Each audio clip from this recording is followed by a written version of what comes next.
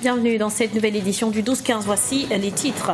Le président ougandais Yoweri Museveni favorable à une réforme des Nations Unies.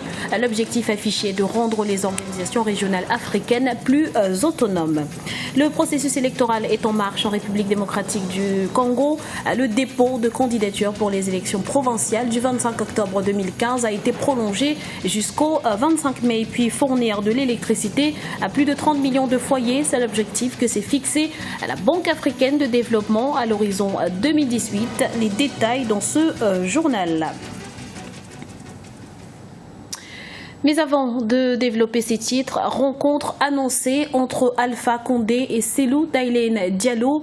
Le président guinéen recevra ce vendredi le chef de file de l'opposition. Et pour ce dernier, il s'agit de simples consultations et non d'une ouverture du dialogue.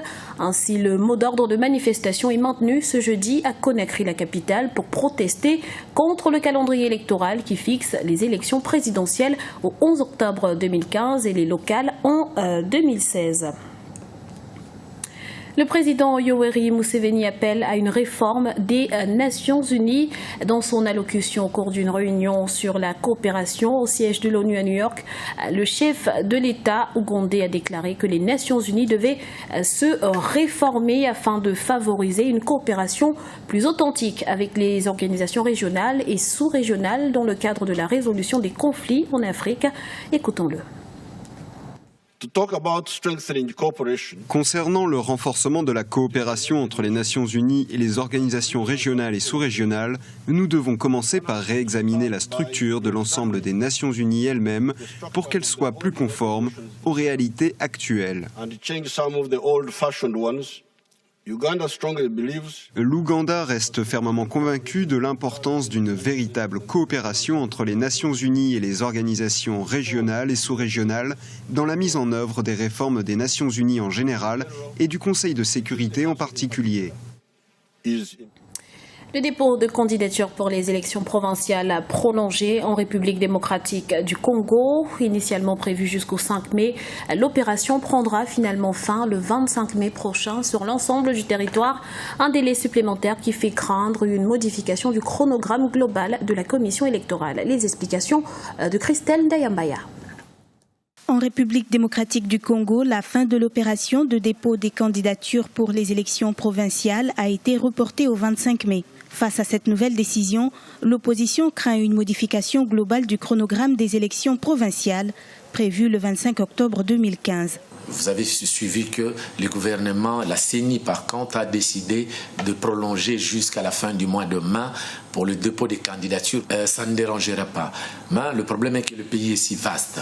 Moi, je demanderais à ce que et l'opposition et la majorité se mettent ensemble pour parler.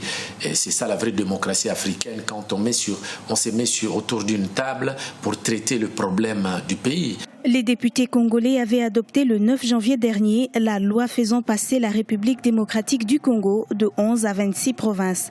Un découpage qui suscite de nombreuses réticences dans les provinces. Et ce découpage-là permettra à ce que nous puissions développer notre pays. Il y aura de coins, de provinces qui seront un peu, qui n'ont pas beaucoup de richesses. Mais il faut savoir, il faut imaginer qu'est-ce qu'on peut développer, puisqu'on a un pays dont la terre est fertile. Si on n'a pas de minéraux là où on se retrouve, pourquoi ne pas développer l'agriculture? En République démocratique du Congo, les élections provinciales et locales sont une priorité pour le gouvernement. Ce scrutin permettra d'élire les députés provinciaux qui, à leur tour, éliront les gouverneurs et les sénateurs en poste depuis 2007. Dans l'actualité également, clôture ce mercredi à Libreville au Gabon du 12e sommet des chefs d'État de la communauté économique des États de l'Afrique centrale. Une rencontre qui a débouché sur une série de résolutions parmi lesquelles l'application immédiate de l'acte relatif à la libre circulation des personnes sur l'ensemble du territoire de la CEMAC. Le projet RCEMAC en revanche était abandonné en raison des difficultés de démarrage de la compagnie. On écoute à ce propos Maïs Mouissi, analyste financier. L'abandon du projet RCMAC est finalement un crève-cœur parce que, in fine, chacun des États a privilégié sa souveraineté aérienne nationale au lieu de bâtir un espace aérien sous-régional. Par ailleurs, on se rend compte que ça laisse certains États orphelins. Nous avons aujourd'hui des États en Afrique centrale qui n'ont pas de compagnie aérienne. Et le projet RCMAC venait aussi pallier à ce problème. Par ailleurs, on a un problème de circulation entre les pays de la CEMAC entre eux et les pays de la CEMAC avec d'autres pays. Il faut reconnaître que les prix des billets appliqués par les compagnies étrangères qui opèrent dans l'espace CEMAC sont extrêmement chers. On verra comment ça va se faire. Aujourd'hui, on a le Congo qui a sa compagnie aérienne, on a le Cameroun qui a sa compagnie aérienne. On verra comment les autres pays de la CEMAC vont se débrouiller. Mais les gens ont effectivement le droit d'être déçus parce que c'est une compagnie qui avait suscité beaucoup d'espoir. 3 cadres du FPI arrêtés en Côte d'Ivoire. Ils sont entre autres accusés de discrédit sur une décision de justice et voie de fait sur les forces de l'ordre.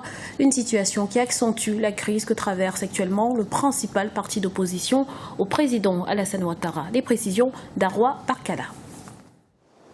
La crise au sommet du Front populaire ivoirien connaît depuis mardi un nouveau rebondissement. 3 cadres du parti de l'ancien président Laurent Gbagbo ont été placés en détention. Les anciens ministres Sébastien Dano Djedje, Hubert Oulaye et Justin Koua ont été transférés dans les prisons de Dabou, Toumodi et Bouaké, au sud et au centre du pays. Pour certains membres du parti, cette situation résulte de la stricte application de la loi.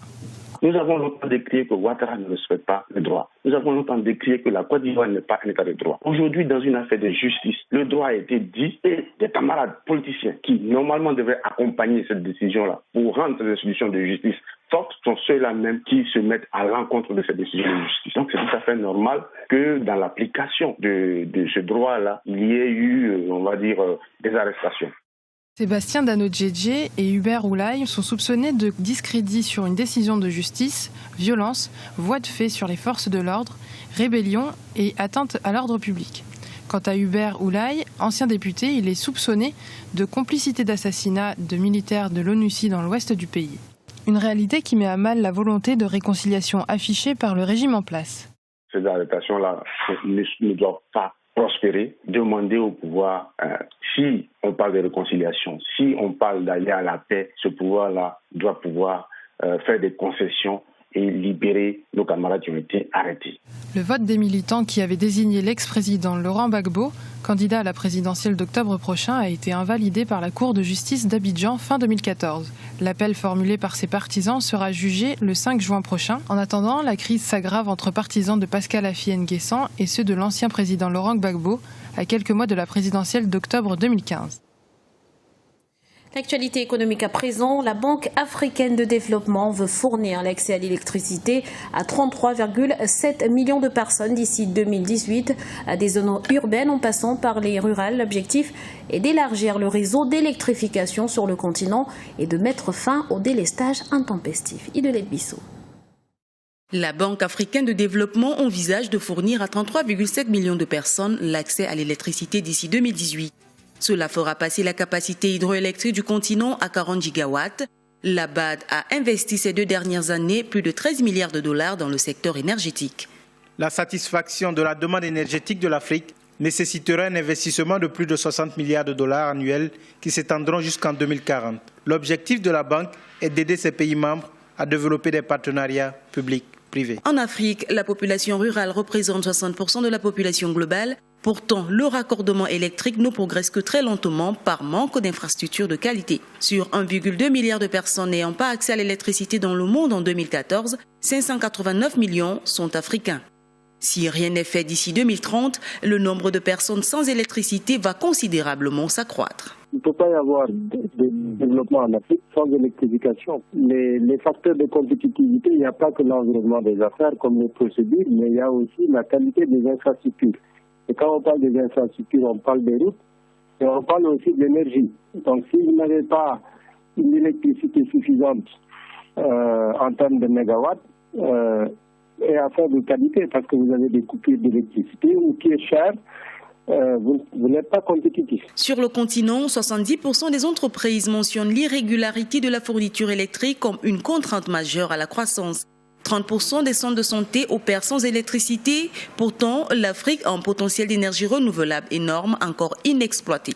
La volonté des gouvernements est de fournir un accès universel à l'énergie d'ici à 2030. Ce journal a été réalisé par l'ensemble de la rédaction. Nous vous remercions pour votre fidélité. Retrouvez dans un instant une nouvelle édition de l'information sur Africa 24.